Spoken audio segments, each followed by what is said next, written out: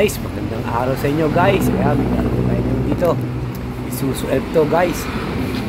Sabi nung driver, tagas daw kanyang gulong. Yung wheel cap sa mismong loob ng kanyang wheel cylinder. Yun ang aayusin ng ating mechanic. Titingnan kung ilang wheel cylinder ang tagas. Yan guys, siyempre guys, bago kayong lalagyan nyo muna ang jack ha. Bago nyo tanggalin yung gulong, kauklasin yung inyong mga tornilyo, lalagyan nyo muna ang jack. Para hindi masyado lumapat kasi pagka walang jack, hindi nyo basta mabubunot yung gulong na yan guys. Yan, tinatanggalin yung mga tornilyo guys. Yan guys, bago tayo umpisa guys, subscribe nyo muna kami sa aming YouTube channel, ENB TV. Pa-like at pa-share na rin guys. At pindutin notification bell para lagi kayong updated sa mga i-share namin video at post guys. Yan guys. Guys, umpisa na ni Boss Paulo. Yan guys, yung pinupupok niya, yun yung ano ha. Ayun yung bubunutin namin yung para yung gulong matanggal, pati yung bearing. Yan ang ginagawa ng ating mechanic. Ganyan lang, pag nakalas ng gulong guys ha, isusulat ito ha. 4BE1 guys ha. Yung guys yun, tanggal na yung yun. Yung tinanggal niya, 6 na tornilyo yung guys ha, 6 na tornilyo yan. Yung, tanggal na guys. Saka bubunutin yung gulong, pero hindi muna, may tatanggalin muna dyan guys. Yan, itignan natin kung ano tatanggalin. Di ba po yan? Yung oil seal yan, no? Oil seal, tatanggalin pa yan, guys. Yung oil seal, ito, sa unahan, oil seal. Kumbaga, outer, ang tawag dyan. Oil seal outer, yan. Susuot ito, guys, ha? Yan yan, tatanggalin ni Paul yan para maubod ang gulong. Kasi may mga lock pa yan, guys. Saka bearing. Kung matanggal ang gulong, tatanggalin muna yung pinakang oil seal. Tapos guys, may tatanggalin pa niyang lock ng bearing. Tapos meron pang tornilyo yung lock. Yun, tatanggalin pa. May isa pang cover ng ano uli, ng bearing. Yun. Katapos yung tatlo tatanggalin yun. Tapos saka mahuhugot yung bearing. Saka matatanggal yung gulong guys ha. Yun ang proseso niya. Ang paggagawa ng tagas na gulong na wheel cap. Sa gulong sa ulihan to guys ha. Yan. Yung oil seal yung tinanggal, tinatanggalin pa niyang lock guys. Yan. Yung tornilyo yung pinipihit niya, yun yung pinakang lock ng pinakang bearing. Tatanggalin pa siyang pinakang washer special guys. Lock. Yan. Tay-tay natin guys ha. May lock pa ba yun dyan? Yun, iniikot niya. Yun yung pinakang lock. Bearing. Yun guys. Magkaiba. Yung pa yung isang tornilyo. Tatanggalin din yung guys. Ayan yung dalawang tornilyo guys. Yung lock ng pinakang bearing. Ayan yung lock ng bearing. Yung guys yung cover. Meron pang isang lock yan guys. Tatanggalin pa. Bali dalawa yung tatanggalin yung lock ng bearing. Bago maubod yung kanyang gulong. Yan guys. Yan. Yung gulong guys. Yan na. Bearing. Tanggal na agad guys. Ang bilis. Simple na magkawa si Boss Paulo. Sandali lamang.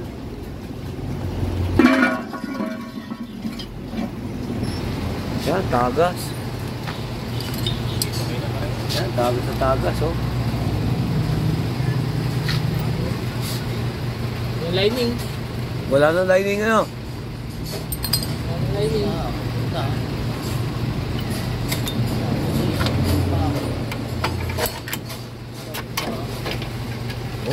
Ayos na lang. Pagpag na rin yan. Meron tayo dyan? Meron dyan boss.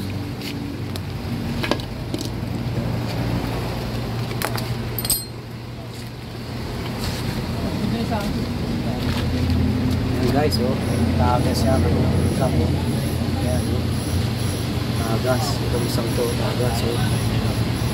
Yan ang gagawin ng ating mekaniko si Paulo. Tagas. Yan nakita. Yan.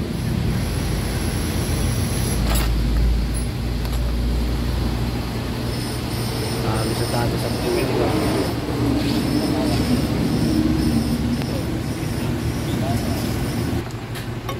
Bilis oh. Puta parang ninja. Ang bilis oh. Ganun lang talaga kabilis pala yun no. Dapat wake up. Ang huli, di uno. Yan. Oh, sama oh. Pangit na yun. Pantay na pantay na. Baka ako. Hindi, ang pangit na yung wheel cup. Ayan guys, oh, 4 na wheel cup ang kailangan. Ito boss. Ito kailangan boss. 4 na wheel cup saka 2 brake lining. Yan guys, oh, papalitan na rin to ng brake shoe guys ha. Kasi medyo manipis na rin yung brake shoe, sayang ang bukas kung hindi papalitan. Saka 4 na wheel cup ang papalitan guys. Okay guys, 2 wheel cylinder yung guys papalitan. Yan guys, siyempre kailangan hugasan mo ng tubig yung kanyang piston nito guys ha, yung wheel cylinder kasi para matanggal yung mismong pinakang kalakalawang sa dumi-dumi. Kasi pag hindi mo tinanggal, baka ganun din yung guys, baka madaling tumagas, kaya kinakailan hugasan ng tubig guys ha. Okay guys?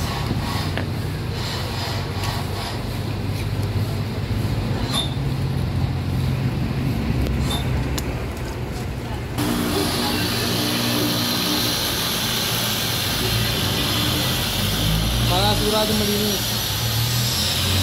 Para sigurado ano? Linis na linis. Yan guys, iniis namin ng brush na may kasamang ano, yung tag dyan. Sander. Para wala yung kalakalawang, para hindi mag-stack up guys. Yan lang, ginagawa pag dito. Ay, kinagyan.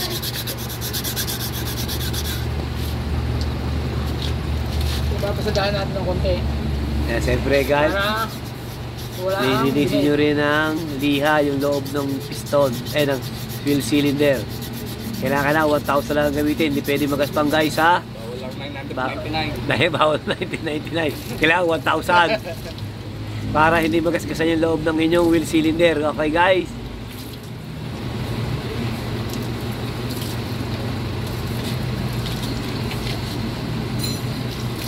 Muntik oh. Saan lang takbo ng tubig. Kung ito pala dyan.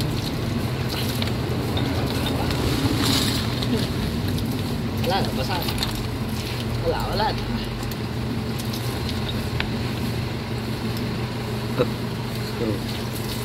Wala na, basa.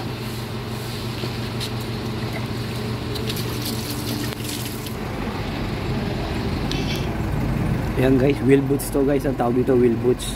Wheel boots. Pang cover dun sa wheel cylinder para hindi masyadong madumihan. Kasi pag wala ito guys, madaling tatagas yung inyong wheel cap. Kasi papasok yung mga alikabok saka mga dumi-dumi. Madaling mag-agasgasan yung inyong wheel cap. Kaya kinakailangan meron yung wheel cylinder nyo ng ganito guys ha. Wheel boots ha, importante yan guys.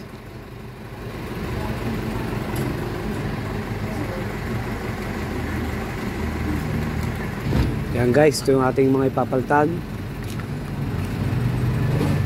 Brake shoe, papalitan na ng brake shoe kasi medyo pangit na yung brake shoe nya, manipis na. Kaya ito papalitan, yung gamit natin fluid. Preston fluid.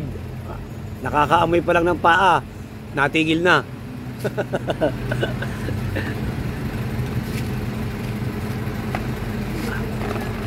Okay, ito yung papalit nating wheel cap. Ito, yan o. Ito yung bago. Ban? Guys, ito yung different ng sira na at saka buo. Ayan guys, so medyo ito meron pang labi. Kumba yun ang humaharang sa fluid para hindi tumagas. Ito medyo wala na, tangos na guys. So yan. Yan ang sinyalis na may problema ng wheel cap nyo guys ha. Yan. Medyo tangos na. Ito medyo may labi pa. Yan guys. So, kita nyo yung diferensya guys. So yan. Yan. Yan. Okay guys, ganyan lang ang sinyalis.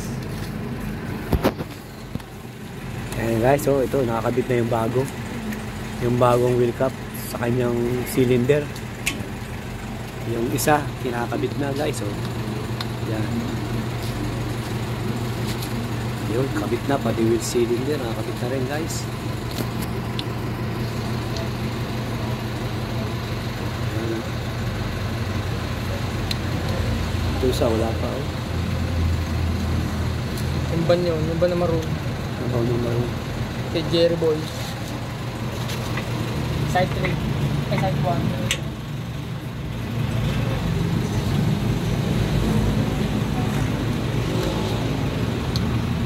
Okay na yung isa guys, oh, nakabit na isang wheel cylinder.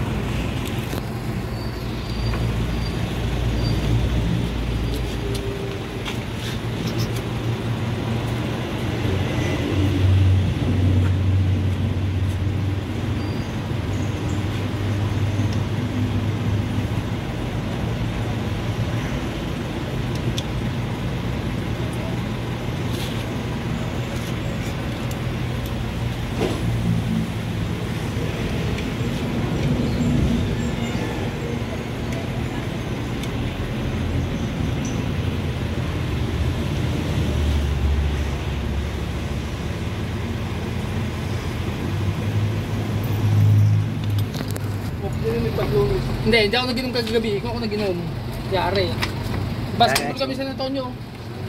Nagana? Basketball. 200 ang oras. Yung ko sinama, wala state. Ayan o. Kulang sila na isa. Oh. Yung dalawang bayo ko, kasi Empol. Saka ako. Kumuha kami na isa doon, taga roon. All last. Pinasa sa kalaban. Ang putang ina. Magaling mo. Ay di, alam na yun. Alam na.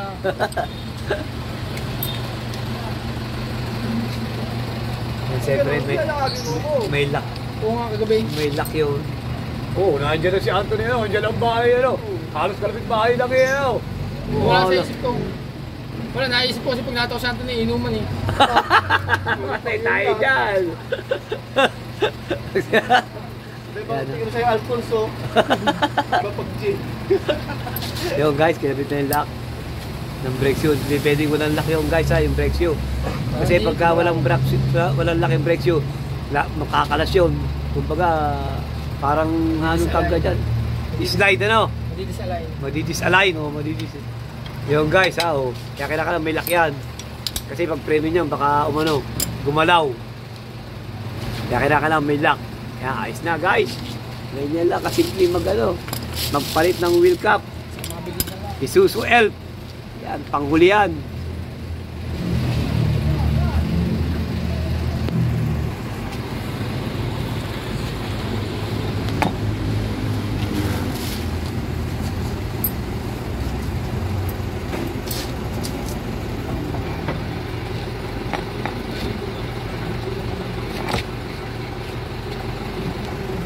Bawal pati maglaro din nila kasapatos. Guys, kinakabit yung mga bearing. Saka yung lock. Lock ng bearing.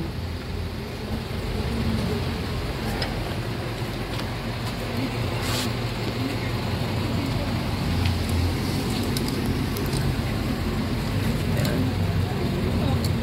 Grasa, walang grasa. Meron yan, dami rasa. Sa mapag sobra, napag sa lining. Dumudulas ano? Sa lining na ako, talsik. Sa lining na tasig.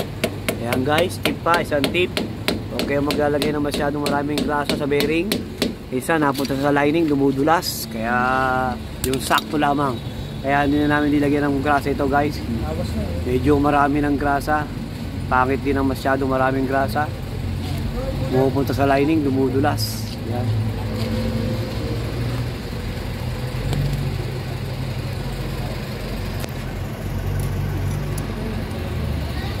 Yun, isa pang lock. May screw yan guys. Ayun yung dalawang screw. Nakabit pa.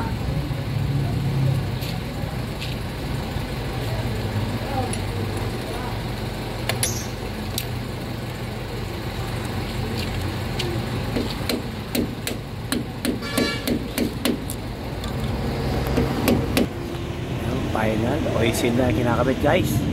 Yun ang pinakang final. Yung sunod, yung cover. Yan. Yan, kaya adjust na ng ating mechanic, si Paolo. Yung gulong, kumbaga, pinatay mo yung preno. Kung lalapat mo sa brake shoe, guys. Kaya, bibigyan mo na yan, guys. Ayan. Ikot na yung gulong. Kung kapit pa, hindi na, guys. Yan guys, pre-wheeling na. Yan, okay na yan, hindi nakapit. Pwede na yun guys. Yan. Okay. Yan guys, isa namang wheel cylinder ang kanyang ina-adjustan para parehas. Pagpaparehasin yan, hindi pwede hindi parehas guys. Ang adjust ha. Kakapit yung guys. Bakit yung magiging preno nyo? Kaya kailangan parehas ang adjust. Yan guys, panay kanan lang ang ang adjust ha. Para makita kung pre-wheeling o yan. Medyo kapit pa ng konti. Yan. Okay na yan. Yan. Okay. Yun.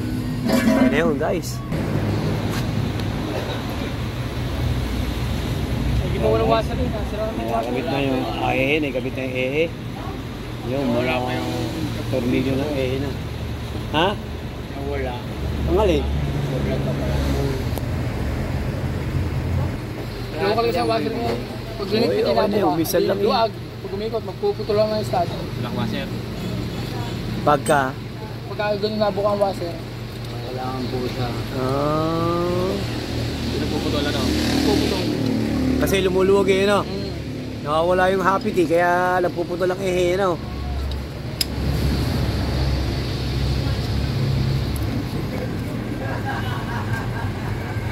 Ayan guys, tip, huwag kayong maglalagay ng mga ganitong washer, yung ganitong maluog na. Dapat yung medyo maskip para hindi kayo magpatulan ng ehe, kasi pagka lumuog itong ganito, wala na, magluluog na yung ehe nyo, mapuputulan kayo ng axle bolt, guys. Okay? Yan, okay na yan. Apa! Yan, biniblade na. Bomba! Bomba!